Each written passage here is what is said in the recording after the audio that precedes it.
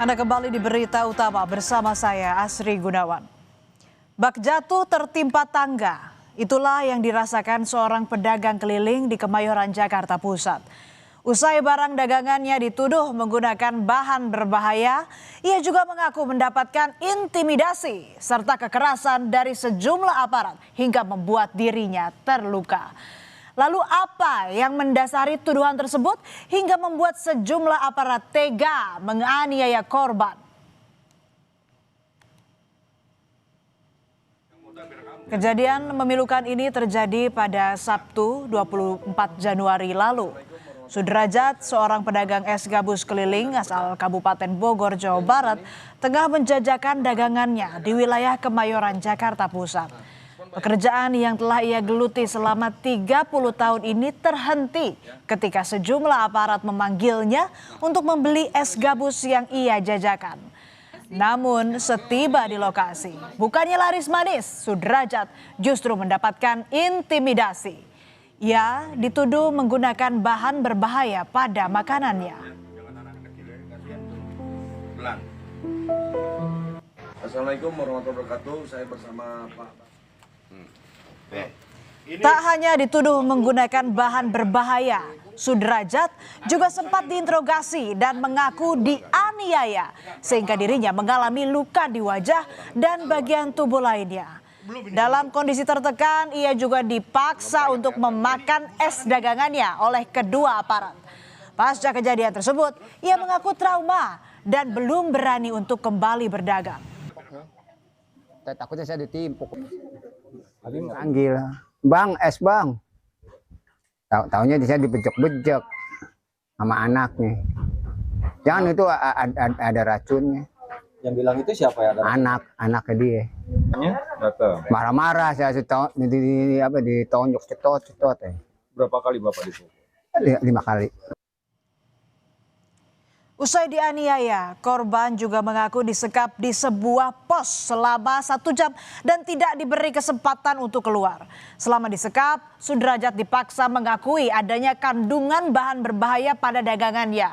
Namun ia tetap dengan pengakuannya jika es yang ia jual menggunakan bahan yang aman. Perlakuan para aparat ini meninggalkan trauma mendalam bagi dirinya. Sempat disekap atau gimana Bapak? Disekap, dikunci sama dia. Suruh makan. Bapak emang biasa jualan di sana ya Pak? Iya, ke Kemayoran. Biasa langganan saya ke sana Kemayoran. Gaduh es gabus mengandung bahan berbahaya. Tim Keamanan Pangan Dokpol Polda Metro Jaya langsung melakukan uji laboratorium terhadap es gabus tersebut.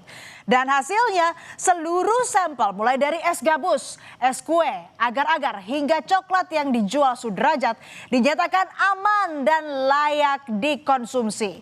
Petugas tidak menemukan adanya kandungan spons atau kapas seperti yang dituduhkan. Petugas juga telah mengunjungi langsung lokasi produksi es di daerah Depok, Jawa Barat. Hasil penelusuran memastikan proses pembuatan es gabus telah sesuai dengan standar keamanan pangan yang berlaku. Setelah dipastikan es gabus dan sejumlah barang dagangan Sudrajat tidak mengandung bahan berbahaya, aparat yang sempat mengintimidasinya pun mendatangi Sudrajat untuk meminta maaf.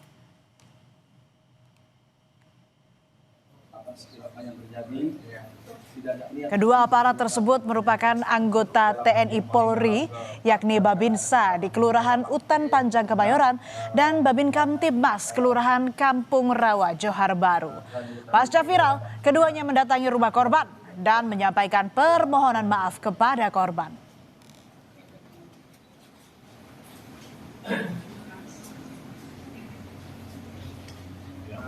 Saatnya Pak, atas kecelakaan yang terjadi, tidak ada niat untuk menghakimi Bapak. Kabar itu Pak, dari saya Pak, insya Allah kedepannya Pak ya, tidak masalah lagi, kita hidup bahagia Pak ya, belum berkait semuanya Pak ya, masih Pak Jadet, ya, Ibu, masih ya. Walaupun hasil pemeriksaan tim keamanan pangan Dokpol Polda Metro Jaya menyatakan tak ada kandungan berbahaya pada es gabus, polisi masih menunggu hasil uji klinis dari Dinas Kesehatan DKI Jakarta dan Laboratorium Forensik Polri. Trauma akan kejadian yang menimpanya, Sudrajat pun belum berani untuk kembali berjualan. Namun karena kasus yang dia alami ini viral, Sudrajat pun kini kebanjiran dukungan. Tak hanya itu, bantuan pun berdatangan ke rumahnya. Mulai dari bahan pokok, kebutuhan usaha, hingga bantuan untuk melanjutkan pendidikan bagi anak-anak Sudrajat dari pemerintah setempat.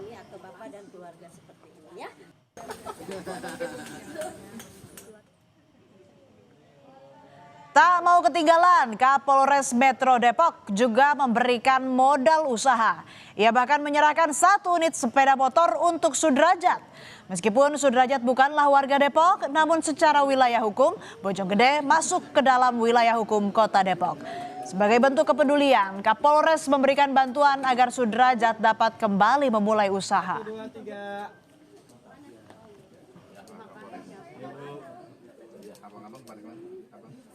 Dan hari ini kami hadir di sini untuk bisa sedikit memberikan bantuan kepada beliau. Mudah-mudahan ini bisa membawa manfaat untuk usaha beliau.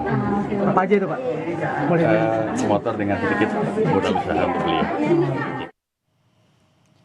Sudrajat mengaku senang dan mengucap syukur banyaknya dukungan dan bantuan dari warga dan pemerintah setempat kepada dirinya pasca mendapatkan intimidasi. Ia merasa bersyukur namun masih belum mau kembali berjualan dalam waktu dekat karena masih trauma.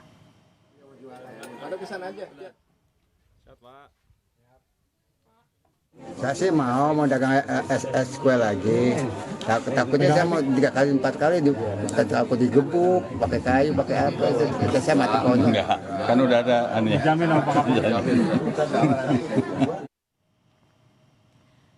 Yayasan Lembaga Bantuan Hukum Indonesia atau YLBHI mengecam keras tindakan 2 anggota TNI dan Polri yang menuduh serta melakukan intimidasi kepada pedagang es gabus. YLBHI menilai tindakan kedua aparat merupakan pelanggaran hukum yang serius. Ini adalah kalau kita lihat dari peristiwanya ada tindak pidana. Tindak pidana baik itu pertama adalah kekerasan ya, pemukulan dan lain-lain ya, pelecehan ya. Kemudian juga ada penyebaran disinformasi. Ini jelas menyebarkan berita bohong ya, palsu kepada masyarakat tentang makanan yang dilakukan. Propam Polres Metro Jakarta Pusat saat ini tengah memeriksa Babin Kamtibmas yang terlibat pada kasus tuduhan terhadap pedagang es gabus. Pemeriksaan dilakukan secara internal dan Kabid Humas Polda Metro Jaya, Kombes Budi Hermanto bilang hasil pemeriksaan sementara tidak ditemukan unsur penganiayaan.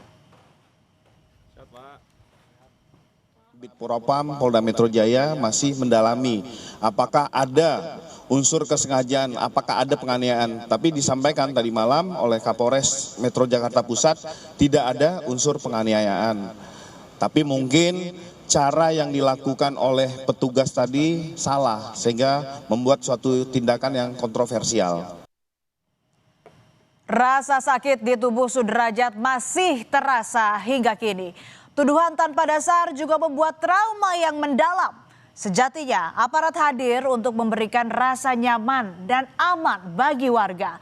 Sebagai aparat seharusnya melaporkan jika mencurigai kandungan pada satu jajanan ataupun makanan yang ada di lingkungannya kepada pihak terkait untuk dilakukan pemeriksaan. Bukan malah main hakim sendiri dan menuduh seseorang tanpa dasar dan bukti yang jelas.